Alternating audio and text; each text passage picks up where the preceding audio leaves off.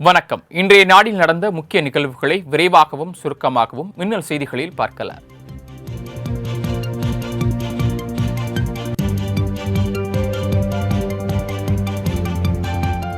Tamil Nadu railway திட்டங்களுக்கு 2025-2026 நிதியாண்டிற்கான மத்திய பட்ஜெட்டில் 6626 கோடி நிதி ஒதுக்கீடு செய்யப்பட்டுள்ளது. அம்ரித் பாரத் திட்டத்தின் கீழ் 2948 கோடி ரூபாயில் 77 ரயில் நிலையங்களின் மேம்பாட்டுப் பணிகள் நடந்து வருவதாகவும் கூறப்பட்டுள்ளது. மேலும் 2587 கிலோமீட்டர் நீளத்திற்கு புதிய தண்டவாளங்கள் அமைக்கும் பணிகள் 33.467 கோடி ரூபாய் மதிப்பீட்டில் நடந்து வருவதாகவும் மத்திய அமைச்சர் அஸ்வினி வைஷ்ணவ் தெரிவித்திருக்கிறார்.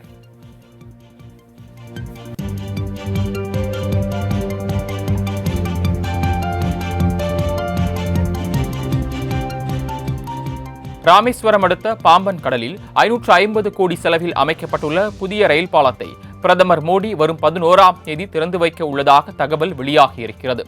ராமநாதபுரம் மாவட்டம் ராமேஸ்வரம் அருகே உள்ள பாம்பன் கடலில் அமைக்கப்பட்டுள்ள பழைய தூக்கு பாலத்தில் தொழில்நுட்ப கோளாறு ஏற்பட்டது. இதனையடுத்து 2022ஆம் ஆண்டு பாலத்தில் ரயிலை இயக்க ரயில்வே நிர்வாகம் தடை விதித்தது. இதனால் ராமேஸ்வரம் வரை செல்லும் அனைத்து ரயில்களும் தற்போது வரை மண்டபம் ரயில் நிலையம் மட்டுமே இயக்கப்பட்டு வருகிறது. முன்னதாக 550 கோடி ரூபாய் மதிப்பீட்டில் புதிய தூக்கு பாலம் கட்டப்பட்டு சோதனை ஓட்டம் நடந்து முடிந்த நிலையில் வரும் 11ஆம் தேதி திறந்து வைக்கப்படுகிறது.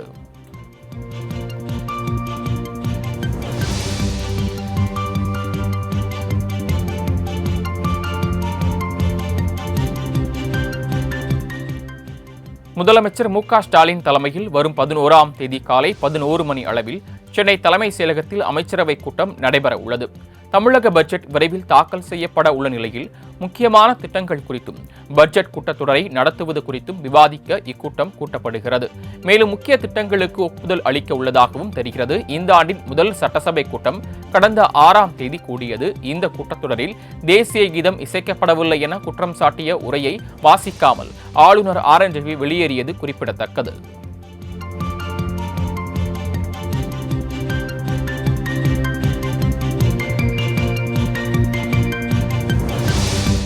மறைந்த முன்னாள் முதலமைச்சர் பேரறிஞர் அண்ணாவின் 56வது நினைவு நாள் இன்று அனுசரிக்கப்பட்டது. இதையொட்டி முதலமைச்சர் மு.க. ஸ்டாலின் தலைமையில் திமுகவினர் வாலாஜா சாலையில் உள்ள அண்ணா சிலை அருகிலிருந்து அமைதி பேரணியாக புறப்பட்டு அண்ணா சதுக்கம் வரை சென்றனர். இந்த பேரணியில் துணை முதலமைச்சர் உதயநிதி ஸ்டாலின், அமைச்சர்கள் துரைமுருகன், சேகர்பாபு, எம்பிக்கள், திமுக நிர்வாகிகள் பங்கேற்றனர். இதனைத் தொடர்ந்து பேரறிஞர் அண்ணா நினைவிடத்தில் முதலமைச்சர் மு.க. ஸ்டாலின் மலர் வளையம் வைத்து மலர் தூவி மரியாதை செலுத்தினார். அதனைத் தொடர்ந்து கலைஞர் கருணாநிதி நினைவிடத்தில் மலர் தூவி மரியாதை செலுத்தினார்.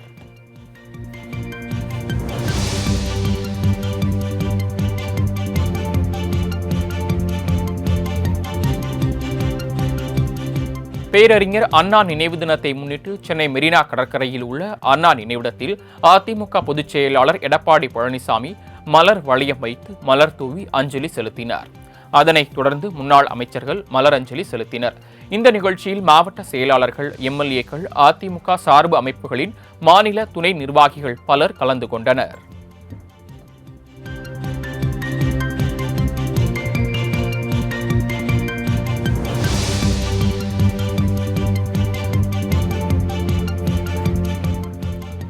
ஆட்சியில் நடக்கும் முறைகேடுகளை சொன்னால் அது ADGP-யாக இருந்தால் கூட மிரட்டலும் கொலையும் தான் பதிலாகின அதிமுக பொதுச் செயலாளர் எடப்பாடி பழனிசாமி கேள்வி எழுப்பியுள்ளார்.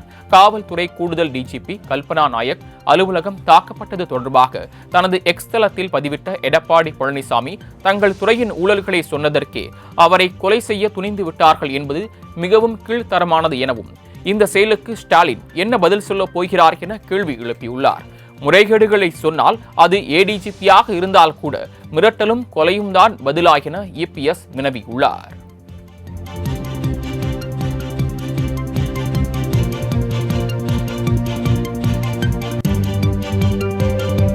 ECR சம்பவத்தில் தொடர்புடைய சந்துருவின் வீடியோ விவகாரம் முழுக்க திமுக மற்றும் RS பாரதியின் திரைக்கதை, வசனம், இயக்கம் என முன்னாள் அமைச்சர் ஜெயக்குமார் விமர்சித்துள்ளார். சென்னை அண்ணா நினைவிடத்தில் செய்தியாளர்களிடம் பேசிய அவர் இவ்வாறு கூறினார். தமிழக வெற்றிக் கழகம் 2ஆம் ஆண்டில் அடியெடுத்து வைக்கிற 2 ஆண்டு குழந்தைக்கு வாழ்த்துகள் என்றார். தொடர்ந்து பீகாரில் தற்போது தேர்தல் நடைபெற இருப்பதால் அதற்கு பிரத்யேக திட்டங்கள் கொண்டுவரப்பட்டுள்ளதாக அவர் குற்றம் சாட்டினார்.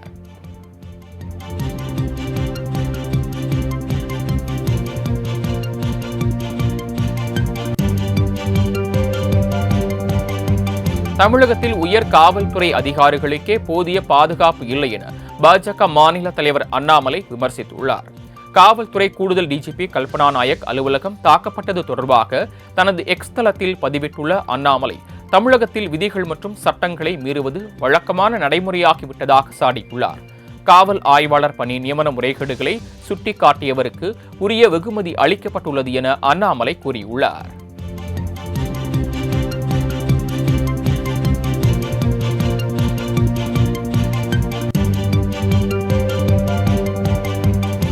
ஏழாவது முறையாக ஆட்சி அமைப்போம் என்ற திமுகவின் கனவு பலிக்காது என முன்னாள் முதலமைச்சர் ஓ பன்னீர்செல்வம் விமர்சித்துள்ளார். அண்ணாவின் 56வது நினைவு நாளையொட்டி சென்னை மெரினாவில் உள்ள அண்ணா நினைவிடத்தில் ஓ பன்னீர்செல்வம் மலர் தூவி மரியாதை செலுத்தினார். இதனைத் தொடர்ந்து செய்தியாளர்களிடம் பேசிய அவர், எதிர்வரும் சவால்களை பேரறிஞர் அண்ணாவின் வழியில் சந்தித்து மீண்டும் ஜெயலலிதாவின் ஆட்சியை வழங்குவோம் என்று தெரிவித்தார்.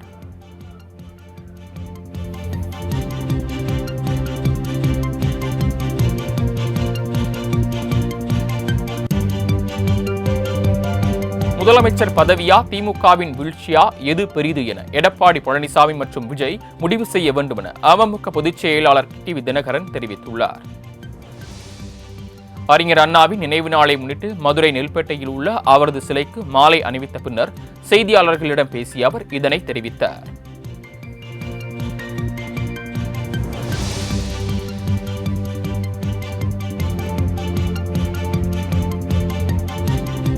மத்திய பாஜக அரசின் பல்கலைக்கழக நிதி நல்கை குழு வெளியிட்டுள்ள வரைவு நெறிமுறைகளை திரும்பப் பெற வலியுறுத்தி தலைநகர் டெல்லி ஜந்தர் மந்தரில் திமுக மாணவர் அணி சார்பில் வரும் 6ஆம் தேதி மாபெரும் ஆர்ப்பாட்டம் நடைபெற உள்ளது.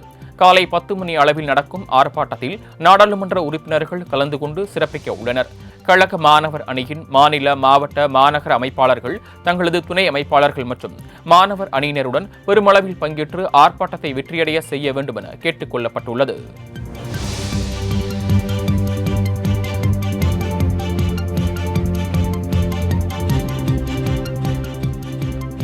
எல்லை தாண்டி மீன்பிடித்ததாக கூறி கைது செய்யப்பட்ட மண்டப மீனவர்கள் 10 பேரை பிப்ரவரி 17ஆம் தேதி வரை சிறையில் அடைக்க இலங்கை நீதிமன்றம் உத்தரவு பிறப்பித்துள்ளது. தலைமன்னார் தனுஷ்கோடி இடையே மீன்பிடித்த போது எல்லை தாண்டி மீன்பிடித்ததாக கூறி தமிழகத்தைச் சேர்ந்த 10 மீனவர்களை கைது செய்து ஒரு விசைப்படகையும் இலங்கை கடற்படை பறிமுதல் செய்த நிலையில் நீதிமன்ற உத்தரவுப்படி சிறையில் அடைக்கப்பட்டுள்ளனர்.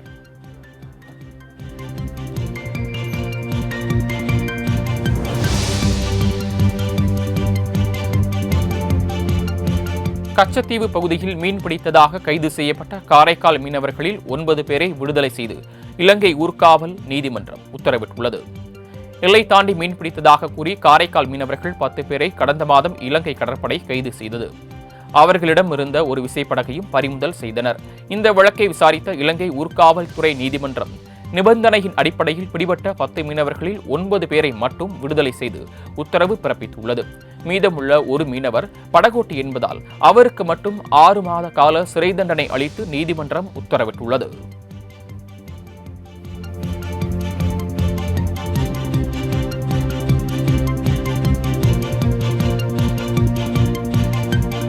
ஆம்ஸ்டாங் கொலை வழக்கில் கைது செய்யப்பட்டுள்ள நாகேந்திரனை சிகிச்சை பெற அனுமதிக்க கோரிய மனு மீதான உத்தரவு நாளை வழங்கப்பட உள்ளது.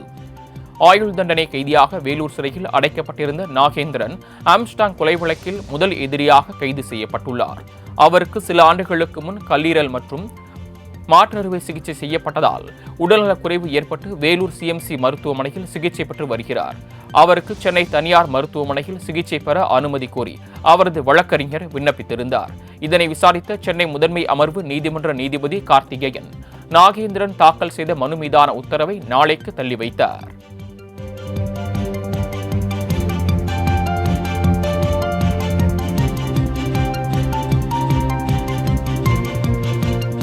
ஜாபர் அலி கொலை வழக்கில் கைதான 5 பேரையும் காவலில் எடுத்து விசாரிக்க சிபிசிஐடிக்கு புதுக்கோட்டை நீதிமன்றம் அனுமதி வழங்கியுள்ளது.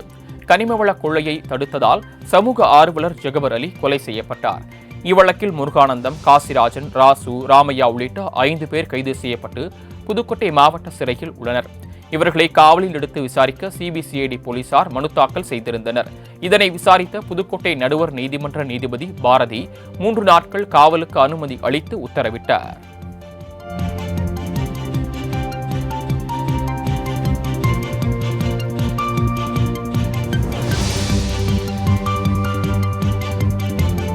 வேங்கை வயல் சம்பவத்தின் பொய்யான குற்றப்பத்திரிகை தாக்கல் செய்த சிபிசிஐடி போலீசாரை கண்டித்தும் உண்மையான குற்றவாளிகளை கண்டுபிடிக்க கோரியும் விருதாச்சலத்தில் விசிகாவினர் பேரணியாக செல்ல முற்பட்டனர். ஆனால் போலீசார் அதற்கு அனுமதி மறுத்தனர். இதனையடுத்து தடையை மீறி ஊர்வலமாக செல்ல முயன்ற விசிகாவினருக்கும் போலீசாருக்கும் இடையே கடும் தள்ளுமுள்ளு ஏற்பட்டது. அதனைத் தொடர்ந்து அங்கு போலீசார் குவிக்கப்பட்டு தடையை மீறிய அனைவரையும் கைது செய்து மண்டபத்தில் அடைத்தனர். இதனால் அப்பகுதியில் மிகுந்த பரபரப்பும் போக்குவரத்து நெரிசலும் ஏற்பட்டது.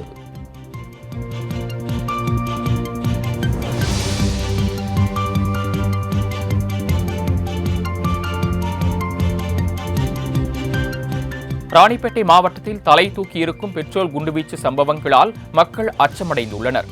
சிப்காட் காவல் நிலையம் மீது முகமூடி அணிந்த இருவர் பெட்ரோல் குண்டு வீசி சென்றனர். இந்நிலையில் பெட்ரோல் குண்டு தாக்குதல் சம்பவங்கள் நடைபெறாத வகையில் கடும் நடவடிக்கைகள் மேற்கொள்ளப்பட்டிருப்பதாக மாவட்ட ஆட்சியர் சந்திரகலா தெரிவித்தார். மேலும் குற்றவாளிகள் மீது கடும் நடவடிக்கை எடுக்கப்படும் என எச்சரிக்கை விடுத்திருந்த நிலையில் பெட்ரோல் குண்டு வீசிய நபரை போலீசார் சுட்டுப் பிடித்தனர்.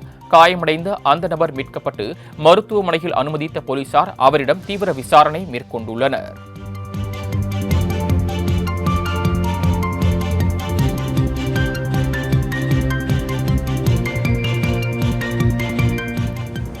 தமிழ்நாடு ஆளுநர் RN ரவி 3 நாள் பயணமாக டெல்லி புறப்பட்டுச் சென்றார். இன்று மாலை ஏர் இந்தியா விமானத்தில் சென்னையிலிருந்து டெல்லிக்கு புறப்பட்டுச் சென்றார். இது கவர்னரின் சொந்த பயணம் என்றும் கவர்னரின் டெல்லி பயணத்தில் வேறு முக்கியத்துவம் எதுவும் இல்லை என கூறப்படுகிறது. டெல்லி பயணத்தை முடித்துக் கொண்டு வரும் 5ஆம் தேதி மாலை சென்னை திரும்புவார் என கூறப்படுகிறது.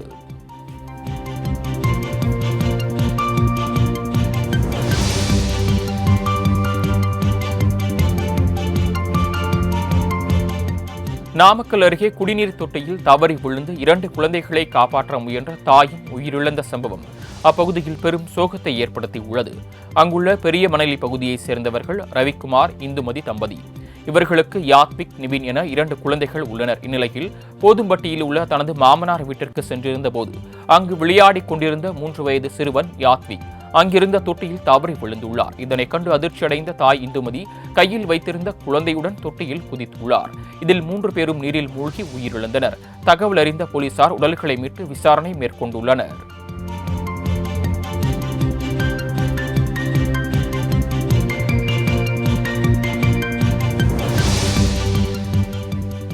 செங்கல்பட்டு அருகே இருசக்கர வாகனம் மீது கண்டெய்னர் லாரி மோதியதில் டயரில் சிக்கி கணவன் கண் முன்னே மனைவி உயிரிழந்த சம்பவத்தின் சிசிடிவி காட்சி காண்போரை கலங்க வைக்கும் வகையில் உள்ளது. திருப்போரூர் பகுதியைச் சேர்ந்த சம்பத் தனது மனைவி சசிகலாவுடன் தாம்பரத்தில் உள்ள தனது உறவினர் வீட்டுக்கு நிகழ்ச்சிக்காக இருசக்கர வாகனத்தில் சென்றார். குடுவாஞ்சேரி சிக்னலில் நின்றபோது பேப்பர் லோடு ஏற்றிச் சென்ற கண்டெய்னர் லாரி பைக் மீது மோதியது. இதில் கீழே விழுந்த சசிகலா மீது லாரியின் டயர் ஏறி இறங்கியதில் அவர் சம்பவ இடத்திலேயே உடல் நசுங்கி உயிரிழந்தார். கணவர் உயிர் தப்பிய நிலையில் நெஞ்சை பதற வைக்கும் சிசிடிவி காட்சி வெளியாகியுள்ளது.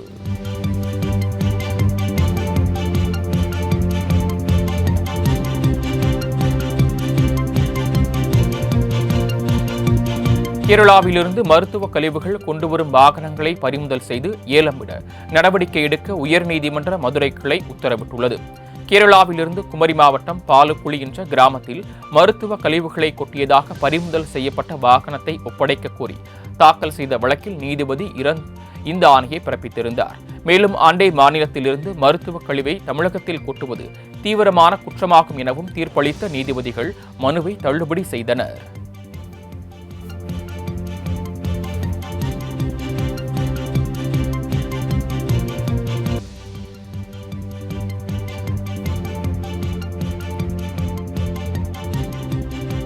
LGBTQ சமூகத்தினர் மற்றும் மருவிய பாலினத்தவர்களுக்கான வரைவு கொள்கைகளை பிப்ரவரி 17ஆம் தேதி சமர்ப்பிக்க தமிழக அரசுக்கு சென்னை உயர்நீதிமன்றம் உத்தரவிட்டுள்ளது. LGBT சமுதாயத்தினரின் உரிமைகள் பாதுகாப்பு தொடர்பான வழக்கு நீதிபதி ஆனந்த் வெங்கடேஷ் முன்பு மீண்டும் விசாரணைக்கு வந்தது. அப்போது பிற துறைகளின் கருத்துக்களின் அடிப்படையில் கொள்கை வகுத்து அமைச்சரவையின் ஒப்புதல் பெற்று அறிவிக்கப்படும் என்று அரசு தரப்பில் விளக்கம் அளிக்கப்பட்டது. அந்த வரைவு கொள்கையை விரைவில் சமர்ப்பிக்க நீதிபதி உத்தரவிட்டார்.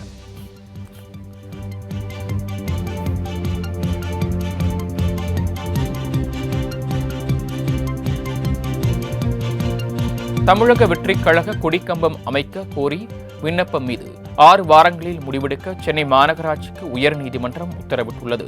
சென்னை அமைந்த கரையில் உள்ள திருவிதி அம்மன் கோயில் தெருவில் தமிழக வெற்றிக் கழகம் கொடிக்கம்பம் அமைக்க அனுமதி அளிக்கும்படி சென்னை மாநகராட்சிக்கு உத்தரவிடக் கோரி தாவேகா சார்பில் சென்னை உயர்நீதிமன்றத்தில் வழக்கு தொடரப்பட்டது. அந்த இடத்தில் பல்வேறு கட்சிக் கொடிகள் நிலையில் தாவேகா கொடிக்கம்பம் அமைக்க மட்டும் அதிகாரிகள் ஆட்சேபம் தெரிவிப்பதாக மனுவில் கூறப்பட்டுள்ளது. இதனை விசாரித்த நீதிபதி சத்யநாராயண பிரசாத் மீண்டும் 2 வாரங்களில் மாநகராட்சியில் மனு அளிக்க கூறியதோடு அதன் மீது 6 வாரங்களில் முடிவெடுக்கவும் மாநகராட்சிக்கு உத்தரவிட்டார்.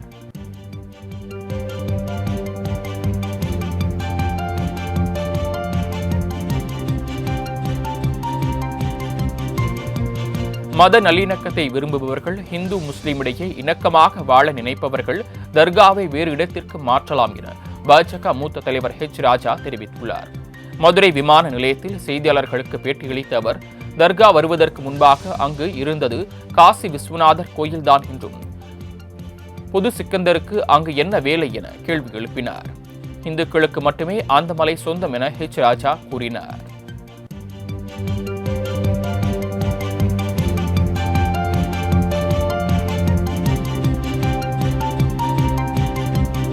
வருமானத்திற்கு அதிகமாக சொத்து சேர்த்த வழக்கில் அமைச்சர் பொன்முடி விடுதலைக்கு எதிரான மறு ஆய்வு வழக்கின் இறுதி விசாரணை ஏப்ரல் 7ஆம் தேதி தொடங்க உள்ளது. கடந்த 1996 முதல் 2001ஆம் ஆண்டுகளில் திமுக ஆட்சி காலத்தில் போக்குவரத்து துறை அமைச்சராக பொன்முடி பதவி வகித்த காலத்தில் 1,36,00,000 ரூபாய் அளவுக்கு சொத்து குவித்ததாக வழக்கு பதிவு செய்யப்பட்டது. விழுப்புரத்திலிருந்து வேலூருக்கு மாற்றப்பட்ட இவ்வழக்கில் பொன்முடி மற்றும் அவரது மனைவி விசாலாட்சி ஆகியோர் விடுதலை செய்யப்பட்டனர். இதற்கு எதிராக உயர்நீதிமன்ற நீதிபதி ஆனந்த் வெங்கடேஷ் தாமாக முன்வந்து விசாரணைக்கு எடுத்தார். இதன் மீதான விசாரணை ஏப்ரல் 7ஆம் தேதி முதல் 17ஆம் தேதி வரை தினந்தோறும் நடைபெறும் என அவர் தெரிவித்துள்ளார்.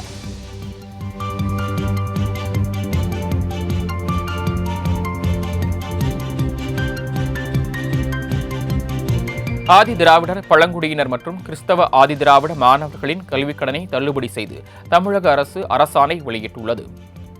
அதில் ஆதி திராவிடர், பழங்குடியினர் மற்றும் கிறிஸ்தவ ஆதி திராவிட மாணவர்களுக்கு 1972-73ஆம் ஆண்டு முதல் 2009-2010ஆம் ஆண்டு வரை மருத்துவம் மற்றும் அதனை சார்ந்த படிப்புகளுக்கு வழங்கப்பட்ட கல்விக் கடன் 48,95,00,000 ரூபாய் திருப்பி செலுத்தாமல் உள்ளதாக கூறப்பட்டுள்ளது. இதனை வசூலிக்க முறையான ஆவணங்கள் இல்லாததால் அந்த தொகை முழுவதையும் தள்ளுபடி செய்யப்படுவதாக அரசாணையில் தெரிவிக்கப்பட்டுள்ளது.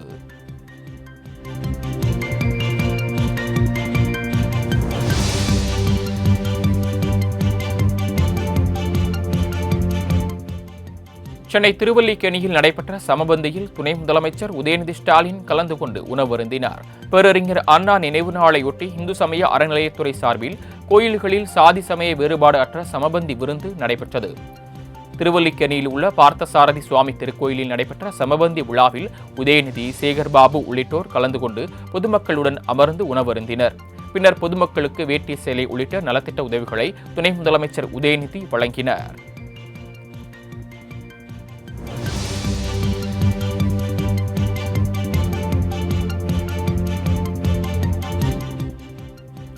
நடிகர் விஜய் கட்சி ஆரம்பித்த பிறகுதான் சீமான் மனநிலை பாதிக்கப்பட்டவர் போல பேசுகிறார் என்று அதிமுக முன்னாள் நிர்வாகி புகழேந்தி விமர்சித்துள்ளார். ஈரோடு பெரியார் அண்ணா நினைவகத்தில் மரியாதை செலுத்திய பின்பு செய்தியாளர்களுக்கு பேட்டியளித்த புகழேந்தி இதனை தெரிவித்தார். மேலும் விஜய் மீதுள்ள எரிச்சல் காரணமாகவே சீமான் பெரியாரை பற்றி இழிவாக பேசி வருகிறார் என்றார்.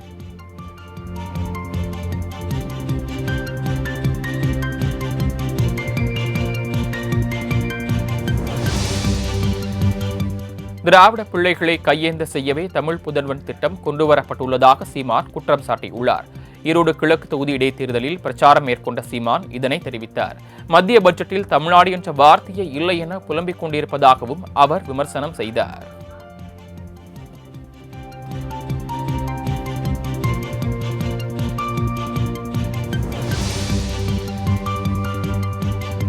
ஈரோடு கிழக்கு தொகுதிக்கான இடைத்தேர்தல் பிரச்சாரம் மாலையுடன் நிறைவடைந்தது. ஈரோடு கிழக்கு தொகுதி எம்எல்ஏ EVKS இளங்கோவன் காலமானதை அடுத்து அங்கு நாளை மறுநாள் மீண்டும் இடைத்தேர்தல் நடத்தப்பட உள்ளது.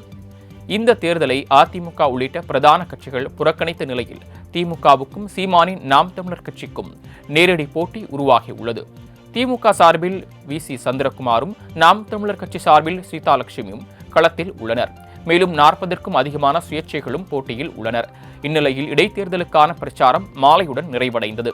முன்னதாக காலை முதல் மாலை வரை வேட்பாளர்கள் வீடு வீடாகவும் வீதி வீதியாகவும் சென்று இறுதிக்கட்ட வாக்கு சேகரிப்பில் ஈடுபட்டனர்.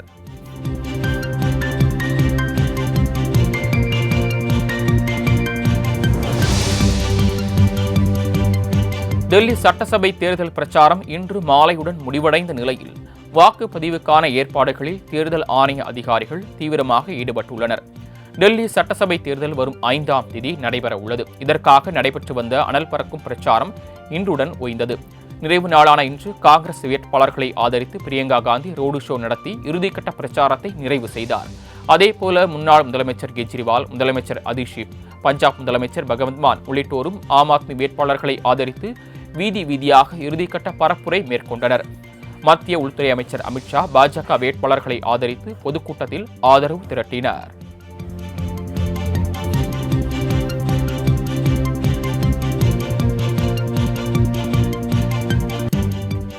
மகா கும்பமேளா கூட்ட நெரிசல் உயிரிழப்பு தொடர்பாக விவாதிக்க வலியுறுத்தி நாடாளுமன்றத்தின் இரு அவைகளிலும் எதிர்க்கட்சிகள் கடும் அமளியில் ஈடுபட்டன. நாடாளுமன்ற பட்ஜெட் கூட்டத்தொடர் கடந்த 31ஆம் தேதி ஜனாதிபதி உரையுடன் தொடங்கியது. இதனைத் தொடர்ந்து நேற்று முன்தினம் 2025-26ஆம் நிதியாண்டிற்கான மத்திய பட்ஜெட்டை நிதியமைச்சர் நிர்மலா சீதாராமன் நாடாளுமன்றத்தில் தாக்கல் செய்தார். இந்நிலையில் இன்று காலை நாடாளுமன்றத்தின் இரு அவைகளும் தொடங்கிய நிலையில் உத்தரப்பிரதேசத்தில் மகா கும்பமேளாவில் கூட்ட நெரிசலில் சிக்கி 30 பேர் உயிரிழந்ததை விவாதிக்க எதிர்க்கட்சிகள் கோரிக்கை வைத்தன. இதற்கு அனுமதி மறுக்கப்பட்டதை அடுத்து இரு அவைகளிலும் எதிர்க்கட்சிகள் கடும் அமளியில் ஈடுபட்டன. காங்கிரஸ், திமுக, சமாஜ்வாதி உள்ளிட்ட எதிர்க்கட்சிகளைச் சேர்ந்த எம்பிக்கள் மாநிலங்களவையில் இருந்து வெளிநடப்பு செய்தனர்.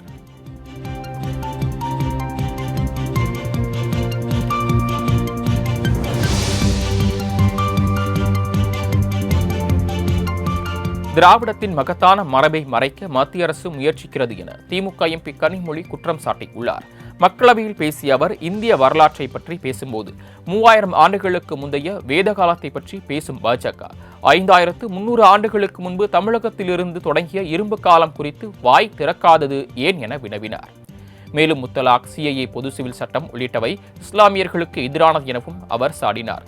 மேலும் மத்திய பட்ஜெட்டில் தமிழ்நாடு புறக்கணிக்கப்பட்டுள்ளதாக கூறிய கனிமொழி ஆளுநர் ரவி தமிழ்நாடு மற்றும் தமிழக மக்களுக்கு எதிராக செயல்படுவதாகவும் குற்றம் சாட்டினார்.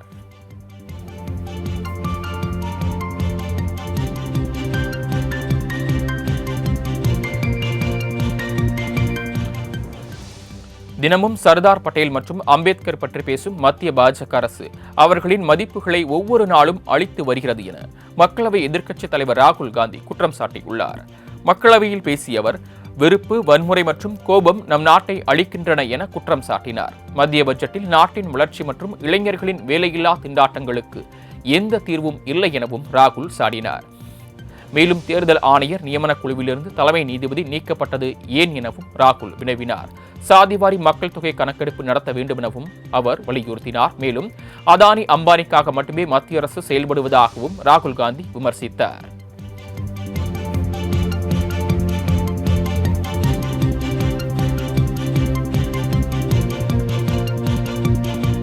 சர்ஜிக்கல் ஸ்ட்ரைக்கை நடத்தி பாகிஸ்தானில் உள்ள பயங்கரவாதிகளை ஒழித்தவர் பிரதமர் மோடி என உள்துறை அமைச்சர் அமித்ஷா கூறினார். டெல்லி துவாரகாவில் நடைபெற்ற தேர்தல் பிரச்சார பொதுக்கூட்டத்தில் உரையாற்றிய மத்திய அமைச்சர் அமித்ஷா வரும் 5ஆம் தேதி நடைபெறும் தேர்தலில் அடுத்த 5 ஆண்டுகளுக்கு டெல்லியை யார் ஆட்சி செய்வார்கள் என்பதை மக்கள் தீர்மானிக்க வேண்டும் என்றார். புலிகளின் தலைவர் அரவிந்த் கெஜ்ரிவாலால் அல்லது நாட்டை வளர்ச்சியை நோக்கி வழிநடத்தும் மோடியா என்பதை மக்கள் முடிவு செய்ய வேண்டும் என கேட்டுக்கொண்டார். பயங்கரவாதத்தை முடிவுக்கு கொண்டு வருவது உட்பட தனது அனைத்து வாக்குறுதிகளையும் மோடி நிறைவேற்றியுள்ளதாகவும் அமித்ஷா தெரிவித்தார்.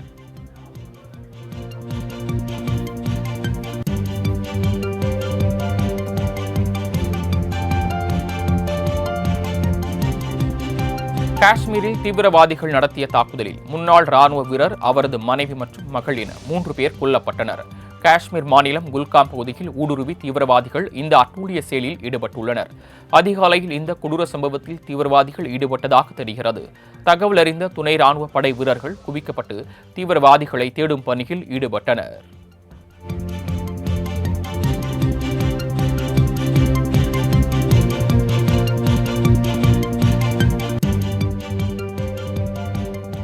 ராகுல் காந்தி தன் மீது வேண்டுமென்றே தவறான தகவலை பரப்பியுள்ளதாக வெளியுறவுத்துறை அமைச்சர் ஜெய்சங்கர் பதிலடி கொடுத்துள்ளார். அமெரிக்க அதிபர் ட்ரம்ப் பதவியேற்பு விழாவில் ஜெய்சங்கர் பங்கேற்றது குறித்து ராகுல் பல்வேறு குற்றச்சாட்டுகளை கூறியிருந்தார். இதனை மறுத்துள்ள ஜெய்சங்கர் அமெரிக்காவில் தனது பயணத்தின் போது நடந்தவற்றை விளக்கியுள்ளார். ராகுல் காந்தியின் இந்த பொய்கள் அரசியல் நோக்கத்திற்காக இருக்கலாம் என்று அவர் வெளிநாட்டில் நமது மரியாதையை குலைக்கும் எனவும் சாடியுள்ளார்.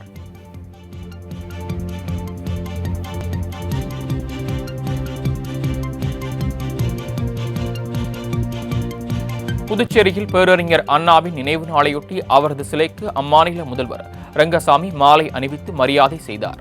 புதுச்சேரி அரசின் செய்தி மற்றும் விளம்பரத்துறை சார்பில் பேரறிஞர் நினைவு நாள் அனுசரிக்கப்பட்டது. இதனையொட்டி பழைய பேருந்து நிலையம் அருகே உள்ள அவரது சிலைக்கு அரசு சார்பில் முதலமைச்சர் ரங்கசாமி, அமைச்சர்கள் லட்சுமி நாராயணன், திருமுருகன் மற்றும் சட்டமன்ற உறுப்பினர்கள் மாலை அணிவித்து மலர் தூவி மரியாதை செலுத்தினார்கள். அதேபோல திமுக உள்ளிட்ட பல்வேறு அரசியல் கட்சியினர் அண்ணாவின் சிலைக்கு மரியாதை செய்தனர்.